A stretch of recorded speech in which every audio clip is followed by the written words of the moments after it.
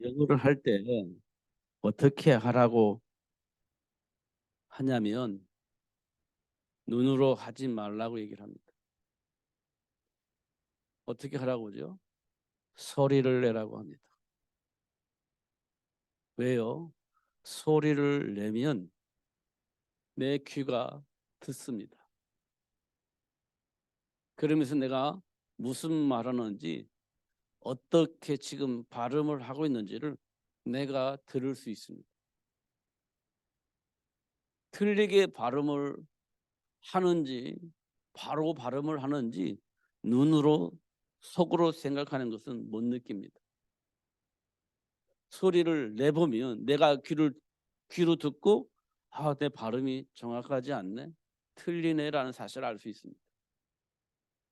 그래서 소리를 내서 자꾸만 어떻게 해요? 체크를 하라는 겁니다. 왜요? 정상적으로 돌아가도록 하기 위해서 그러는 겁니다. 소리 안 내도 되지 뭐. 눈으로 보고 마음으로 읽으면 되지. 그런데 그게요, 정확한지 안 정확한지 내가 몰라요. 왜냐? 내가 눈으로 보고 마음으로 읽기 때문에 틀렸는지 안 틀렸는지 몰라요. 난 정상적으로 하고 있다고 생각하는 겁니다. 그러나 소리를 내보면 정상적이지 않다는 걸 알아요. 발음이 정확하지 않다는 걸 알게 됩니다. 그러면 교정할 수 있겠죠. 그러면 교정할 수 있겠죠. 내가 들어보니까 내가 안 틀렸어. 근데 교정할 수 있겠죠. 근데 소리를 안 내면 내가 뭐가 틀렸는지를 몰라서 교정이 안 돼. 그렇지 않습니까?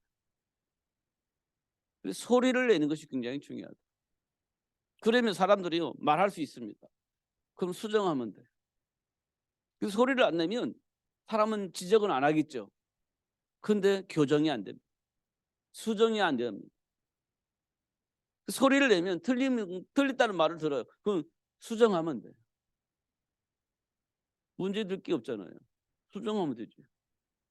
그럼 더 정확하게 훈련받아서 정확한 발음을 할 수 있습니다. 그 소리를 내라는 거죠. 신앙생활이 그렇습니다. 소리를 내야 할 수 있습니다. 소리를 내지 않으면 몰라요. 나 자신도 틀렸는지 맞았는지 몰라요.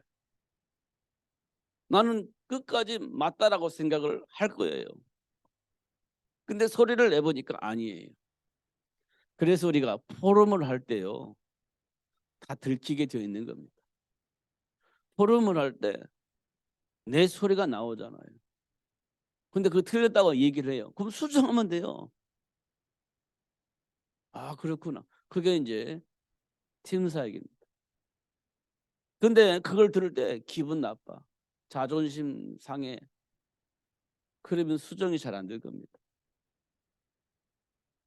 하나님의 말씀 우리는 듣고 내가 막 말을 했는데 하나님의 말씀 들어보니까 내가 잘못된 생각을 했었네. 오해하고 있었네. 이런 것 알면요, 뒤돌리면 돼요. 그걸 보고 우리는 수정이라고 하고요. 또 신학적으로 말하면 회개라고 합니다. 교정을 하면 된다는 거예요. 전혀 문제되지 않습니다. 전혀. 하나님은 이미 다 알고 계세요. 그럼 하나님 왜 그렇게 하시겠어요?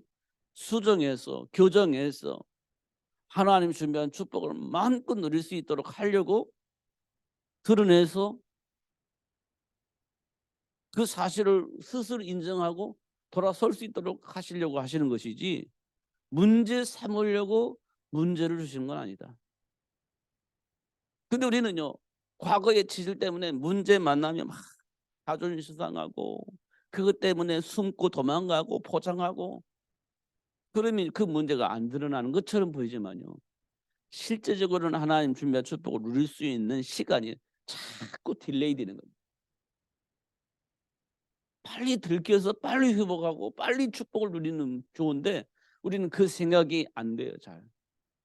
어떻든 나를 포장해서 나는 거룩하고 나는 완벽하고 나는 문제가 없고 막 이렇게 막 포장해서 나가려고 그래요. 그러면요, 치유되어지는 시간이 굉장히 막 늦춰집니다. 그럼 그 모양으로 사는 거예요. 늦춰질 때까지. 근데 그렇게 이제 하도록 하는 자가 사탄입니다.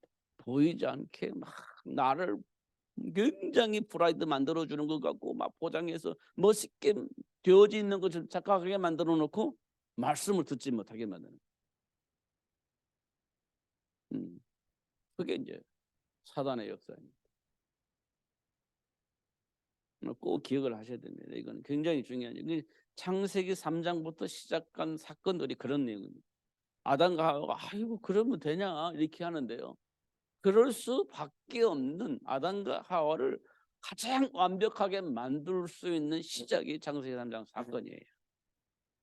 하나님이 계획하신 그 일을 완벽하게 이룰 수 있는 존재로 치유하시고 회복시켜서 그 완벽한 축복을 얻을 수 있도록 하시려고 시작한 사건이 창세기 3장 사건이에요. 우리 인간에게 가장 중요한 축복의 시간입니다. 그게 이제 인간에게 와 있는 모든 저주와 재앙의 시작인 것처럼 보이지만 사실 저주와 재앙의 시작이기도 합니다. 근데 알고 보니까요, 하나님이 준비한 축복을 완벽하게 누릴 수 있는 축복을 회복시키기 위한 하나님의 방법으로 시작된 사건이라는 사실을 확인할 수 있습니다.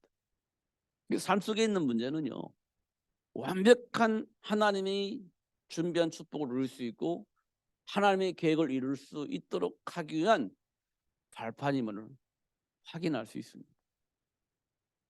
그럼 우리는요, 지적을 안 합니다. 우리는요, 복을 얘기를 하는 거예요. 항상 복을 말합니다. 하나님 준비한 축복을 말. 그럼 축복을 알고 누리는 사람이 마음속에 감정이 있겠어요, 없겠어요? 억울한 감정이 있겠어요, 없겠어요? 알면 그런 감정 없을 겁니다. 온다 할지라도 그게 우리가 거부가 될 겁니다. 내가 행복한데 그 행복을 깨트리는 자가 온다면 그래 내 행복 와서 깨트리라 이렇게 수용할 사람은 없죠. 정말 내 안에 있는 행복을 깨트리려고 하는 자가 왔다. 그럼 그거를 거부하겠죠. 그래 뭐 들어와 뭐 나는 힘이 없으니까 내가 어쩔 수가 없지. 내 행복이 깨지는데 그걸 받아들일 수 있는 사람이 있겠어요? 없죠. 어쩔 수가 없다면 할 수가 없지만 근데 그리스도 예수 안에 있는 자들이 어쩔 수 없어서 그걸 받아들인다? 정말 안타까운 일이죠. 예수 안에 있는 자가 그 내 안에 있는 행복을 깨트리는 자를 이길 수 있는 예수 믿는 자가 어쩔 수가 없었어요 받아들인다? 이건 말이 안 되는 거죠. 근데 우리는요 어쩔 수가 없었어요 라고 얘기합니다. 마귀의 일을 이길 수 있는 힘이 이미 하나님께로부터 부여받고 그 힘을 가지고 마귀의 사고를 이길 수가 있는데도 불구하고 어쩔 수가 없었어요. 말이 안 되는 거죠. 그렇지 않습니까? 근데 우리는요 그렇습니다. 체질이니까. 나 인간의 스스로 생각할 때 감당이 안 되는 일이라고 생각하니까 받아들이는 거예요. 어쩔 수가 없이 어쩔 수 없다 생각하니까 이게 타협을 하는 거죠. 어쩔 수 없다고 하니까 타협을 하는 거예요. 그래 놓고서는 어쩔 수가 없었어요. 내 인격이 파괴되어지고 내 삶이 파괴되어지는데 불구하고 어쩔 수가 없었어요. 이렇게 말한다고 생각해 보세요. 그게 가능하겠어요? 가능하지 않죠. 안다면. 그렇지 않습니까? 근데 우리는요. 내 안에 있는 동기 때문에 결국은 어쩔 수 없이 선택을 하게 되어지는 겁니다. 영적 배경을 아는 것이 그만큼 중요합니다. 그러니까 오늘 또 보니까 뭐라고 되어 있어요? 의를 행하지 않도록 주의하라. 너의 의를 행하지 않도록 주의하라. 그렇지 아니하면 하늘에 계신 너희 아버지께 상을 받지 못하느니라. 이렇게 되어 있어요. 너의 의를 행하지 않도록. 내가 가지고 있는 의를 가지고 살지 않도록 이겁니다. 다시 말하면 하나님과 함께하는 삶을 살지 않냐면 아버지께 상을 받지 못한다. 내 인격과 내 힘과 내 능력으로 살려고 하다 보면 하나님께로부터 상을 받지 못한다. 이렇게 되어 있습니다. 그럼 우리는 어떻게 순간순간 우리는 어떤 선택할까요? 내가 가진 의의와 내가 가지고 있는 생각과 내가 가지고 있는 삶의 기준을 가지고 선택하고 살게 되어지는 거죠. 포장은 어떻게 해요? 하나님 자녀라고 말하면서, 포장은 하나님 자녀라고 말하면서 내 의로 살 때가 많습니다. 그걸 우리는 내적 동기라 이렇게 표현을 하죠.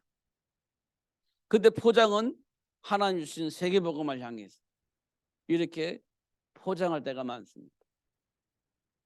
그게 맞는 것 같아. 근데 포장되어 있는 겁니다.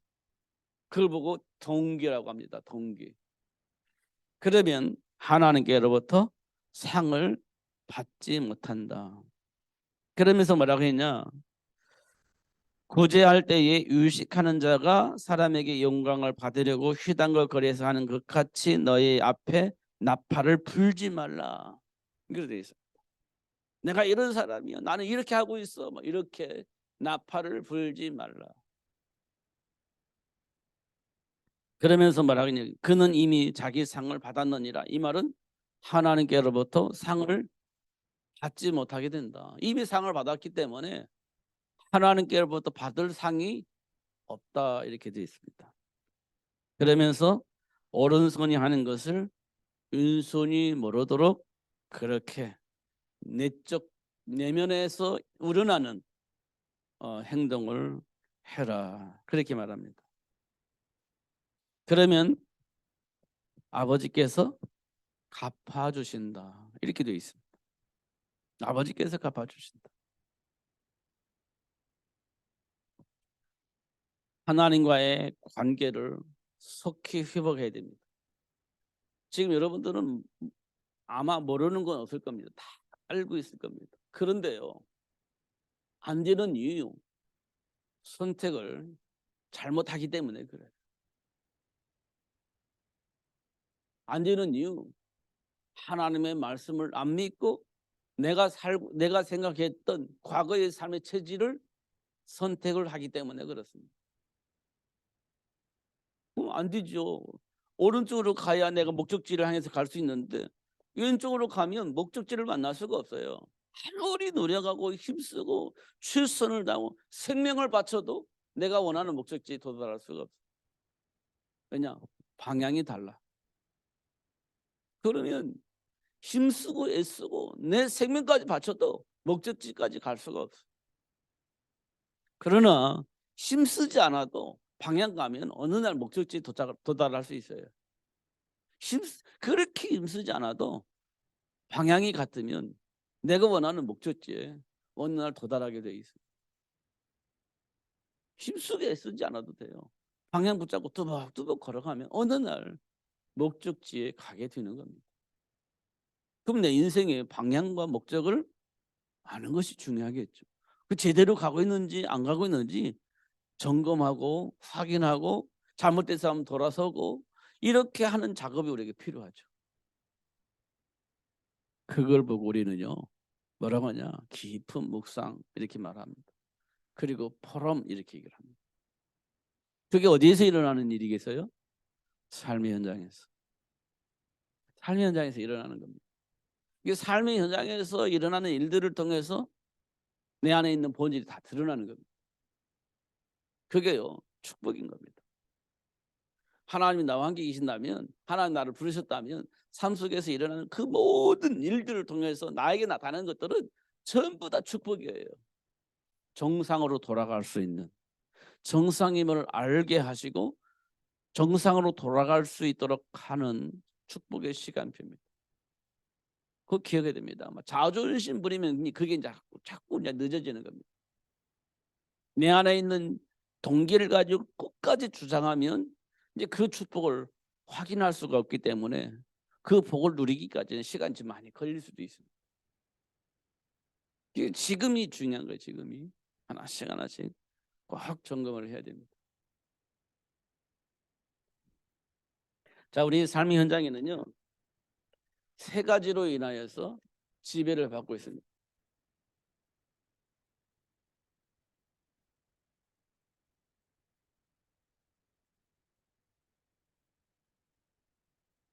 삶의 현장은 3가지 시스템이 있어요. 정말 중요합니다. 세계복음화 때문에 정말 중요한 시스템입니다. 3가지 시스템. 첫 번째 시스템이 뭘까요? 정치입니다. 정치. 이 정치는 옛날에 보면 왕이 있죠. 왕. 이 왕이 누구냐에 따라서 하나님 나라가 회복되어지기도 하고 하나님 나라를 회복하는데 방해하기도 하고 그렇습니다. 이 왕입니다. 이게 정치거든요. 예수님이 태어날 때 예수님을 죽여야 되겠다 한 사람이 누구죠? 헤롯입니다. 예수님을 죽이자 이래가지고 죽이려고 했습니다. 헤롯입니다. 이게 정치예요. 네. 그리고 복음을 증거하지 못하도록 막 최악으로 막 공격했던 자가 있습니다. 그게 누구냐? 바로 왕입니다. 바로 왕. 이게 정치입니다. 근데 하나님 나라를 회복하기 위해서 힘쓴 자가 있습니다. 그게 누굽니까? 다윗 왕입니다. 다윗 왕. 하나님께로부터 부름받아 세움 받았지만 하나님의 계획과 전혀 상관없는 삶을 살았다는 사람이 있습니다. 사울 왕. 이게 이제 정치예요. 그럼 전 세계에 대통령이 있고 수상이 있고 그러잖아요. 총리가 있고. 그 사람들에 의해서 이 세상이 영향을 받습니다. 그게 정치입니다. 우리나라에서도 지금 정치가 있죠. 정치인들, 대통령, 그다음에 많은 국회의원들. 이 사람들이 정치를 하는 겁니다. 이 사람이 도대체 우리에게 어떤 영향을 입히냐. 이게 굉장히 중요한 겁니다. 이게 정치예요. 이게 우리가 뭐 정치 속에서 막 할 것이 아니라 이 사람들로 인하여서 세상이 어떻게 영향을 받고 이 세상이 어떻게 돌아가는지 사실은 볼 필요가 있습니다. 느부갓네살 왕은요 다니엘과 세 친구를 죽이려고 했죠. 우상 숭배를 종용하다가 죽이려고 했죠. 법을 만들어 놓고. 그게 정치입니다. 결국 우리는 하나님은 우리에게 세계를 복음화하도록 하기 위해서 역사하고 계십니다. 근데 그걸 누가 방해하느냐? 정사와 권선자를 통해서 역사하는 사단이 하나님 나라를 회복할 수 없도록 자꾸 방해하는 겁니다. 그게 누구냐? 정치인들이 하는 겁니다. 왜? 사단이 그렇게 그들을 장악하고 그렇게 하도록 자꾸 얘기를 하니까 영향 속에 있는 사람들이 자꾸 기독교를 핍박하죠. 전도 못하게 핍박하죠. 예배하지 못하도록 핍박하죠. 그게 사단에게 장악되어 있는 정치인들이 그렇습니다. 아프리카의 어떤 나라에서는요. 이제 정확히 나라 이름을 모르겠습니다. 처음 들어보는 나라 이름인데 아프리카에 있는 사람이 아프리카에서 예배를 했어요. 하나님께 예배를 하는데 어느 날 갑자기 들이닥쳐가지고 그들을 완벽하게 장악을 했어요. 그래서 다 감옥에 집어넣어 버렸습니다. 예배하지 못하도록. 한 40여 명이 모여서 예배를 하는데 들어와가지고 딱 잡아가지고 감옥에 다 집어넣어 버린 겁니다. 예배하지 못하게 하려. 아프리카에서 일어난 사건이에요. 이런 일들이 있습니다. 왜 그럴까요? 사단에게 장악되어져 있는 정치인이 그런 짓을 하는 겁니다. 하나님께로부터 잡힌 정치인은 뭐 하겠습니까? 세계 복음화를 위해서 예수가 그리스도를 말할 수 있는 삶을 살 수 있도록 더 적극적으로 도와주겠죠. 그게 정치입니다. 이게 세 가지 시스템 중에 중요한 게 뭡니까? 정치 현장이에요.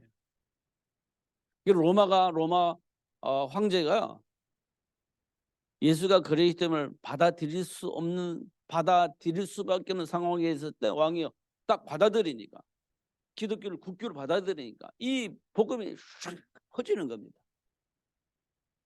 그렇게 핍박했던 그들이요, 다 받아들이고 선포를 해버리니까 기독교 완전히 해방되어지고 마음껏 전할 수 있는, 마음껏 누릴 수 있는 시간이 되어지는 겁니다. 그게 정치입니다. 그러니까 이게 굉장히 중요한 일이에요. 정치. 여기에는요, 왕에게 지배를 받고 있는 많은 그 사람들이 있겠죠. 이걸 보고 우리는 공무원 그렇게 합니다. 공무원. 이 공무원이 어떻게 해야 되겠어요? 왕의 말을 듣고 수행을 해야 되겠죠. 이게 공무원은 어떻게 해요? 삶의 현장에 사람들과 굉장히 관계가 있습니다. 우리가 대통령을 정치인들 대하지 않잖아요. 실제 우리 삶 속에서 누구를 만납니까? 공무원들을 만나죠. 이 공무원들은 왕의 명령을 받아서 수행을 하는 겁니다. 그러면 삶의 현장에서 직접적으로 영향을 입히는 자들이 공무원이에요. 우리에게 영향을 입히는 자들이에요. 그럼 우리는요, 이 사람에게 떡고물을 얻어먹으려고 그냥 공무원의 말에 듣고 그냥 가는 겁니다. 떡고물 얻어먹으려고. 나라에서 준다고 하니까 그거 얻어먹으려고 생각도 삶도 다 바꿔버리는 겁니다. 그잖아요. 나라에서 돈 준대 그러면 너무 좋아하잖아요. 그분 도장 찍어줘요.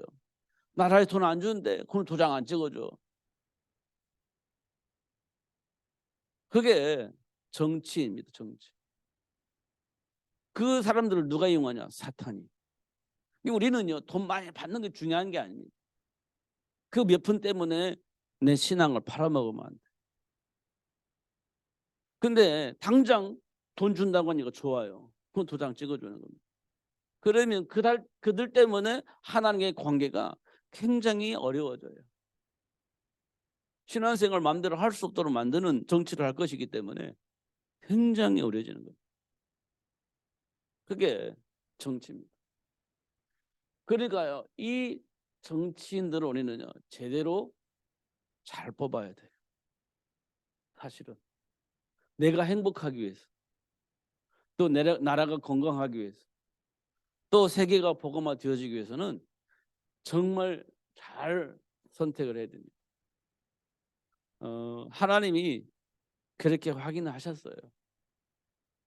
그러니까 포로로 잡혀갔는데 그 나라를 살리는 삶을 살았습니다. 다니엘과 세친 것도 바꾸는 거예요. 정치인들의 생각을 바꾸는 겁니다. 요셉이 노예로 팔려나갔는데 요셉을 통해서 애굽 왕의 생각이 바뀌어지는 겁니다. 그러면요, 되는 겁니다. 그러면 되는 거예요. 하나님과 함께하는 자가 할 수 있습니다. 어떻게 해요? 세상의 모든 문제를 해결할 수 있는 축복을 누리고 있으면 사람들이 나로 인하여서 그 문제를 해결해 달라고 요청하게 되어 있습니다. 요셉이 그렇게 받았잖아요. 그게 이제 하나님이 하시는 일입니다. 그래야 정치가 바뀌어지고, 그래야 세계가 복음화할 수 있는 그런 축복의 문이 열려집니다.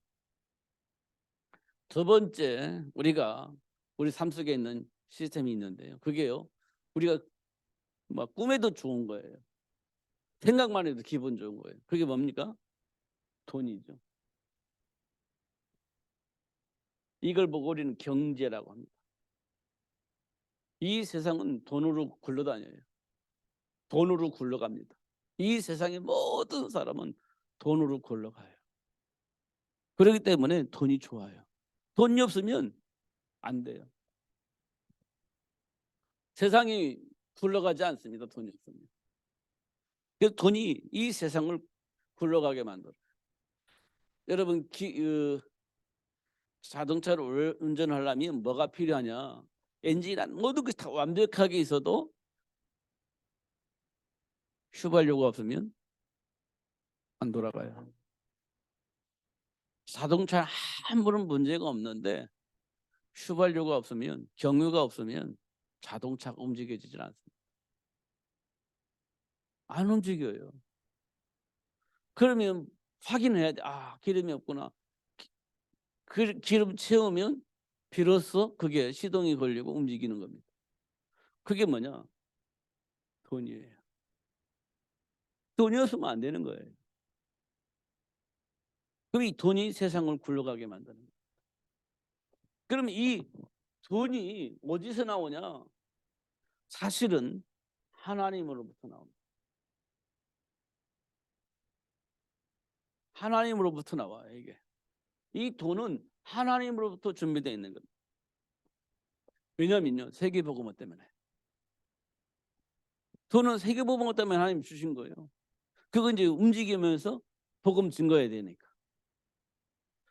그런데 이 경제를 하나님의 자녀들이 누릴 수 있어야 됩니다. 그래서 하나님께서 이 경제를 어떻게 이삭에게 100배 주셨잖아요. 이게 세계복음화 때문에 필요해서 주신 거예요. 100배 복. 잘 먹고 잘 살자는데 목적이 있는 게 아니에요. 세계 복음화를 위해서 연합 역할을 하는 거예요. 그게 100배 복입니다. 그리고 요셉에게는 형통의 복. 이게 전부 다 뭡니까? 돈과 관련되어 있는 거예요. 형통의 복. 돈과 관련되어 있는 겁니다.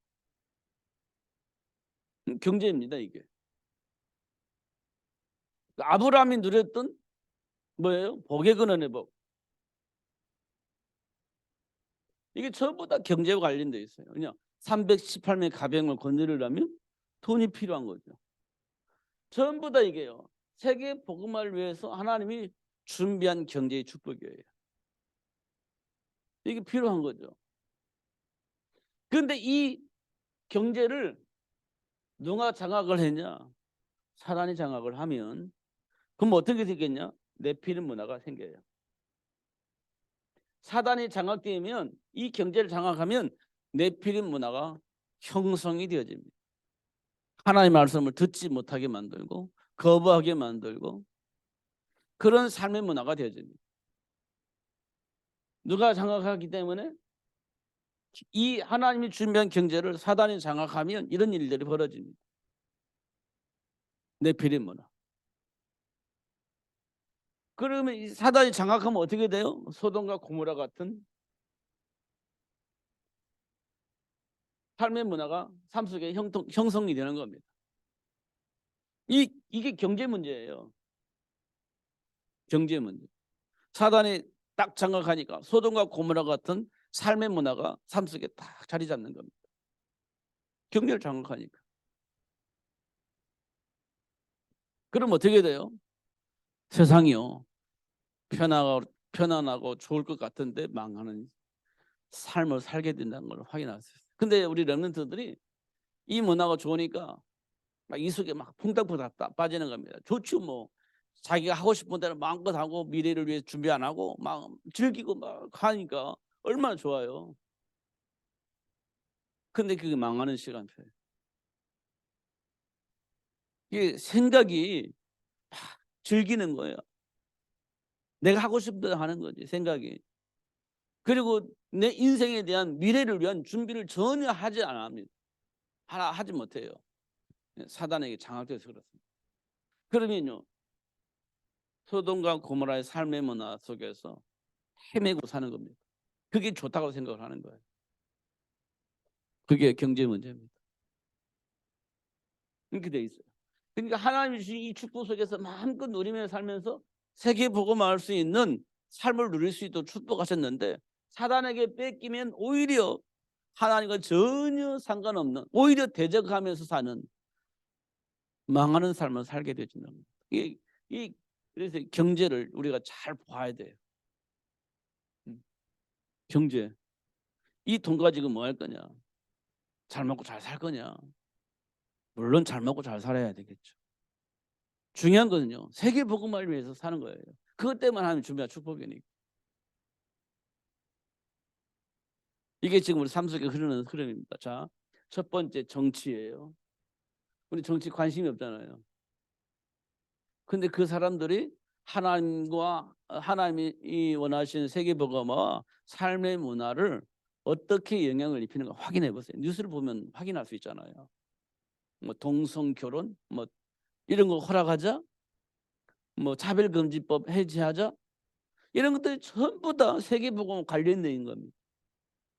그럼 이걸 누가 만들어요? 정치인들이 만드는 겁니다. 그들이 지금 세계 복음과 관계가 있어요. 근데 방해하느냐 아니면 세계 복음화 되어지도록 하느냐, 이걸 우리가 볼 수가 있죠. 우리가 그건 그 눈을 가지고 있어야 돼요. 그래야 뭐 할 수 있어요? 기도할 수 있는 겁니다. 그래야 정말 하나님 주신 언약 붙잡고 기도가 되는 거예요. 그 기도에 하나님 응답을 안 하시겠습니까? 하시겠죠. 근데 막연하게 그냥 뭐 해주시, 그렇게 가지고는 안 돼요. 지금 흐름이, 이 정치인들이 가지고 있는 흐름이 하나님과 전혀 상관없고 하나님을 대적하게 만드는, 하나님의 계획을 이룰 수 없는 삶의 문화를 만들기 위해서 정치를 하는지, 아니면 하나님 나라를 회복할 수 있도록 하기 위해서 정치를 하는지, 이걸 보고 기도할 수 있어야 돼요. 우리 그들과 싸울 수는 없으니까요. 그들을 만날 수는 없으니까 하나님께 기도해야 되죠. 그 다음에 경제 흐름. 나는 이 돈을 왜 벌려고 하느냐, 이 돈 가지고 뭐 하려고 하느냐, 이걸 우리가 꼭 확인해 볼 필요가 있어요. 이게 지금 우리 삶 속에 흐르고 있는 경제 흐름이니까요. 꼭 필요한 건데 이 흐름을 가지고 뭐 할 거냐, 이거 찾아보는 거예요. 세 번째, 이 정치와 경제가 뭉쳐서 우리에게 주는 영향입니다. 그게 삶의 문화입니다. 문화, 정치, 경제, 문화, 이게 우리 삶 속에 아주 중요한 세 가지 시스템이에요. 세 가지 시스템.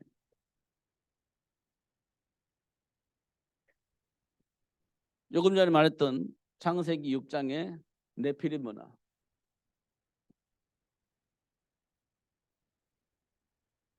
여기에는요, 성공도 있고 자녀 교육도 있고 있습니다.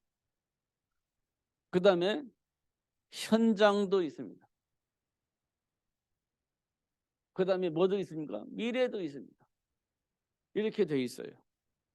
그러니까 이 네피림 문화가 나쁜 것은 아니에요. 성공도 하지, 자녀 교육도 잘하지, 현장도 지배하지, 그 다음에 미래까지 보장받잖아요. 전혀 문제가 없습니다. 이렇게 살아야 되거든. 사실은 성공도 하지, 자녀 교육 잘하지, 현장도 지배하지, 미래도 보장받지. 이게 우리에게 너무 가치 있는 거잖아요. 당연히 이렇게 살아야 되는 겁니다. 다만 문제는 뭡니까?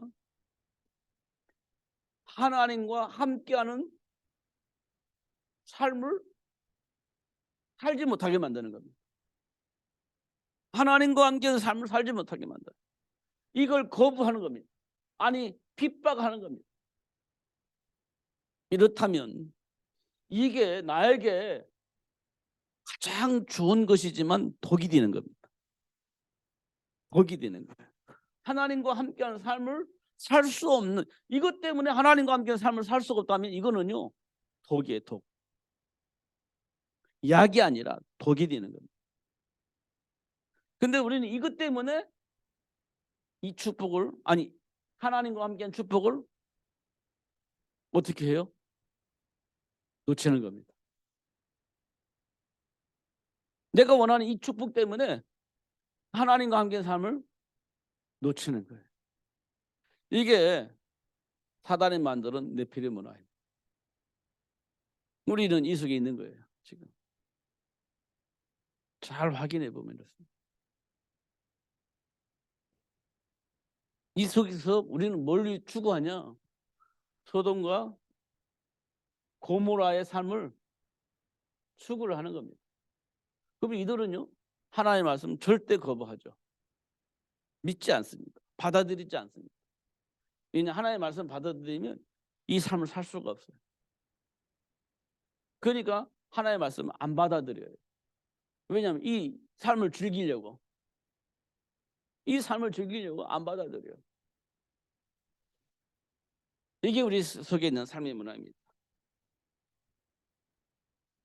그래서 지금 이 세 가지 속에 지금 나를 살펴봐야 돼. 지금 난 삶 속에서 어떻게 지금 생각하고 어떤 판단을 하고 어떤 반응을 하고 있는지 꼭 살펴봐야 돼. 지금 우리가 과거 지금까지 해왔던 말과 행동이 있잖아요. 판단하고 결정한 내용들이 있잖아요. 기억 안 나는 것은 할 수가 없지만 기억나는 것들을 다 확인해 보세요. 그 집에서 메모를 하면서 한번 확인해 보세요. 이 세 가지 현장 속에 나는 누구의 지배를 받고 살아왔는가? 어떤 영향 속에서 생각하고 판단하고 살아왔는가? 정말 내가 그리스도 안에 있는 축복을 발견할 수 있도록 복을 받은 자인데 지금까지 내 생각과 삶의 기준은 어떻게 변화가 일어났는가? 성령의 가르침을 받고 있는지 아니면 무시하고 내 마음대로 살았는지 이런 것들이 이제 확인될 겁니다. 과거를 되돌아보면 이 과거는 우리에게 굉장히 중요한 겁니다. 나의 실체로 확인할 수 있는 그런 현장이기 때문에 과거는 드러난 문제잖아요. 과거는 내 인생이 드러난 문제들이에요. 어떤 생각 속에서 어떤 판단을 하고 어떤 결정을 했는지에 대한 판단할 수 있는 시간이 언제냐? 과거예요. 드러난 거니까. 그걸 보는 겁니다. 그래 가지고 말씀을 가지고 그때는 이런 판단, 이런 게 사탄의 일이구나. 이런 게 이제 사단의 어떤 통로구나 이런 것들을 볼 수가 있죠. 드러난 거니까. 이게 사단의 속임수라는 거였구나. 지금까지 나는 그런 체제를 여전히 갖고 있었구나. 이런 것들을 확인할 수 있는 거죠. 과거는 드러난 거니까. 그러면 지금 나는 어떤 선택을 하니? 환경은 똑같아요. 과거나 지금이나. 환경은 똑같습니다. 미래도 환경은 똑같을 거예요. 근데 과거는 내가 사단에게 속아서 그런 선택을 했다면 지금 내 그리스도를 알고 있는 내가 어떤 선택을 할 것인지의 선택의 기준이 바뀌어지는 거예요. 그리스도 안에서. 삶의 기준과 선택의 기준이 바뀌어지는 겁니다. 그리스도 안에서. 그럼 미래는 어떻게 할까요? 세계복음화를 향해서 준비하고 도전하는 거죠. 이게 정리가 되어져야 되는 겁니다. 그냥 기독교인들이 말하는 것을 받아들이면 여러분 이거 안 돼요. 우리 인생이 이렇다는 것을 알아야 내 생각과 삶이 바뀌는 것이지 기독교에서 말하는 것이라고 생각하면 안 바뀝니다. 이건 절대로. 내 인생의 삶의 가치를 알게 될 때 그렇게 되어지는 겁니다. 이때 우리가 하나님께 기도하게 되는 겁니다. 진실로 기도하게 되는 거예요. 사도 바울이 로마 복음을 위해서 기도했듯이 기도하게 되어지는 겁니다. 그럼 어떤 일이 벌어지겠어요? 응답이 오죠. 다시 정확히 제목처럼 응답받는 기도가 되어지는 겁니다. 응답받는 기도. 마태복음 사도행전 16장에 보면 사도 바울이 감옥에 가요. 감옥에 갇히라고 해요. 갇힙니다. 복음 전하다가 이게 고발 사건이 일어나서 감옥에 가요. 감옥에 갔을 때 사도 바울이 기도했다잖아요. 기도하고 하나님을 찬양했다 이렇게 되잖아요. 그럼 바울은 무슨 기도를 했을까요?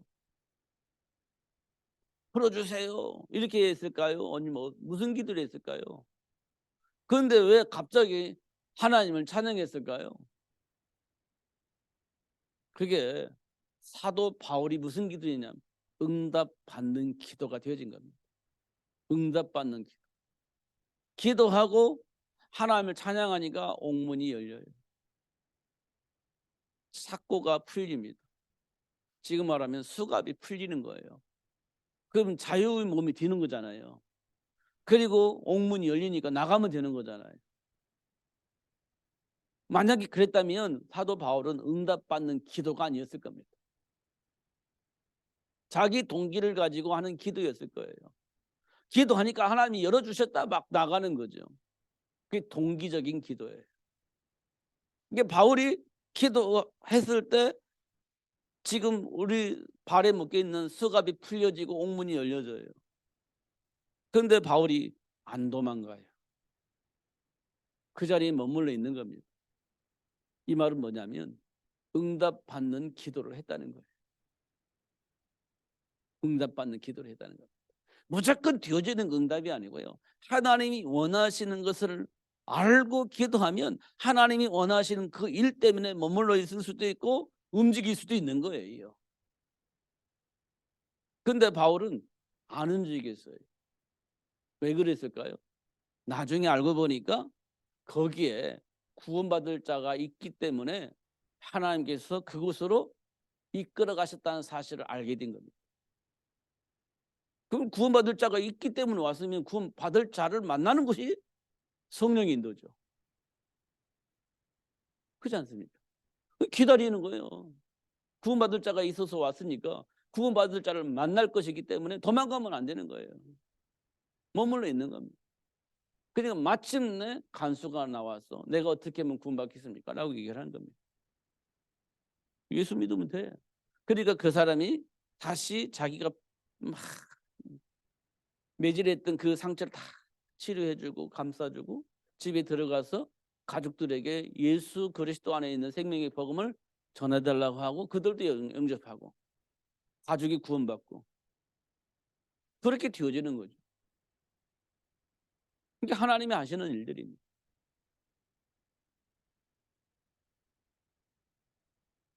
그래서 나는 내 생각과 내 삶은 내 안에 있는 감정들은 점검해 볼 필요가 있어요. 사단의 통로가 될 수도 있고 성령의 역사 속에 하나님이 하시는 일일 수도 있는데 과연 나는 내 안에 있는 것들은 도대체 어디서부터 와서 누구의 영향을 받아서 이렇게 나타나는 건지 성령의 역사인지 마귀의 역사인지 하나님의 말씀을 통해서 점검해 볼 필요가 있는 거예요. 그러면 우리가 그리스도 안에서 완전히 해방되어졌음을 확인할 수 있고 그 안에 참된 축복을 누릴 수 있는 축복이 내게 왔다는 사실을 알게 되어집니다. 그러면 사단과 싸우는 거예요.